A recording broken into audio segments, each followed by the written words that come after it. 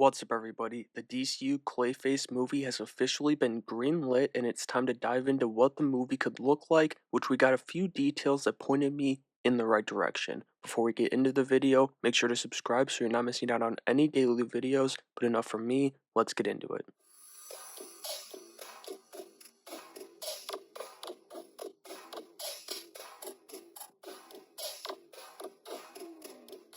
Alright, we gotta get the facts down first, and this news was broken by THR, but if you've been around the channel, you know Nexus Point News and Apocalyptic Horseman have been talking about this movie for some time. The movie is going to be set in James Gunn's new DCU. The script was penned by Mike Flanagan, and he actually has been developing it now for 2 years, which is why it's going to be able to go into production early next year. Matt Reeves will of course produce the project since it's Batman adjacent, and its current release date is September 11th, 2026. It was reported that the pitch was for a small budget, somewhere in the range of $40 million, movie with a horror, thriller, tragedy centric story, which you could use Matt Hagen's comic origin for, but Mike Flanagan's love for the character in Batman, the animated series, begs to differ. Regardless, the one strange thing about this announcement was that the movie doesn't have a director just yet, and Jeff Snyder provided some interesting speculation on last week's episode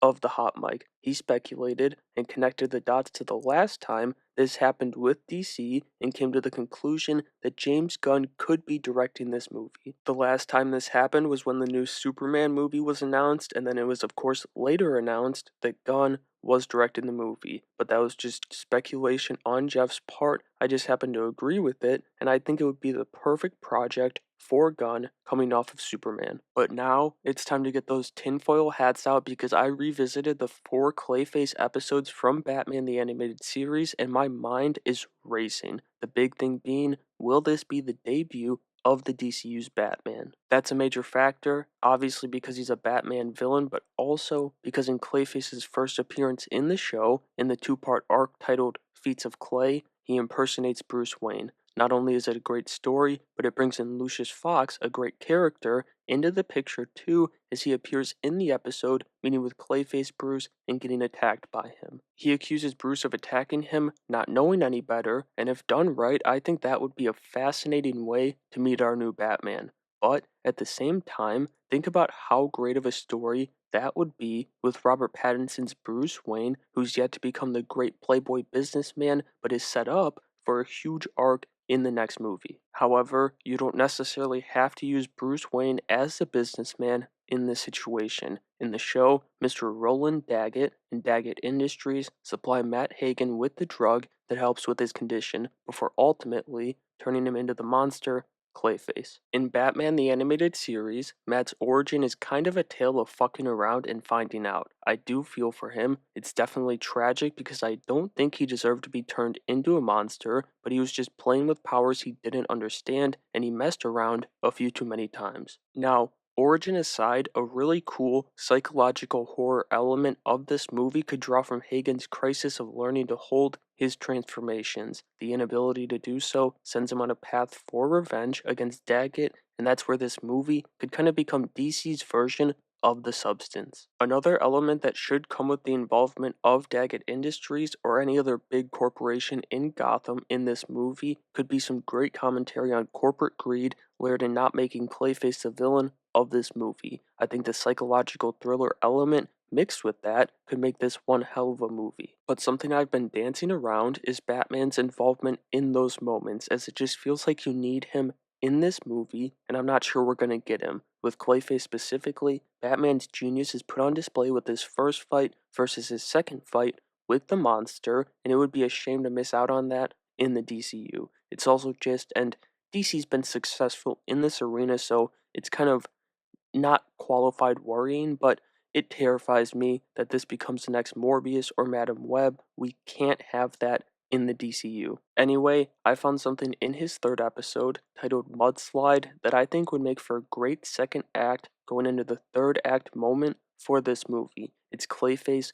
faking his death and changing through all of his previous movie characters, which would be awesome to see in live action. But it could also lead to an element in the third act where we don't know who Clayface is or where he is. That truly appeals to me, and depending on where we're at with him, meaning how long he's been Clayface, he could be weak, which would cause him to melt, essentially, for lack of a better term, and that would be the tell to watch for. And I actually found two things in this episode, the second being Stella. She's a massive fan of Matt Hagen and devotes her life to helping Clayface amidst his struggles remaining stable. I see the potential for her to possibly be like, I guess, the mastermind, borderline antagonist of this movie if we're truly seeing things from Clayface's POV with him not being a villain like it's been reported. Then the only episode that I don't think Flanagan will pull from, or I should say, I don't think he should pull from, is Growing Pains. It's not that it's bad. Inside the story of Batman the Animated Series, it works really well. Clayface's daughter and Tim Drake's Robin are great parts of the story, but things could get messy, even Sony-esque, going down that path, I think. I know this new DCU is lived in, and I'm very excited for that. Trust me, I don't want more origin stories, but you gotta walk a fine line in crafting that, and it would just be a mistake to force this. It happens after two disappearances by Clayface, Dick Grayson is on to Bloodhaven, Tim Drake is in his Robin, and it just doesn't feel like you can get to a point in one movie to be adding all of this into this story. But I'm 100% convinced after watching these 4 episodes that Mike Flanagan is going to be heavily inspired by feats of Clay. I expect to see a fantastical, comic booky Clayface, but likely I would assume done at least semi-practically considering the budget, and also I feel like that's kind of Mike Flanagan's style. I don't know though, I'm not all knowing about Mike Flanagan. I also think that at the very least, Batman will make an appearance in the third act. Finally, it is important to note that Batman the Animated Series makes changes to Matt Hagen's origin.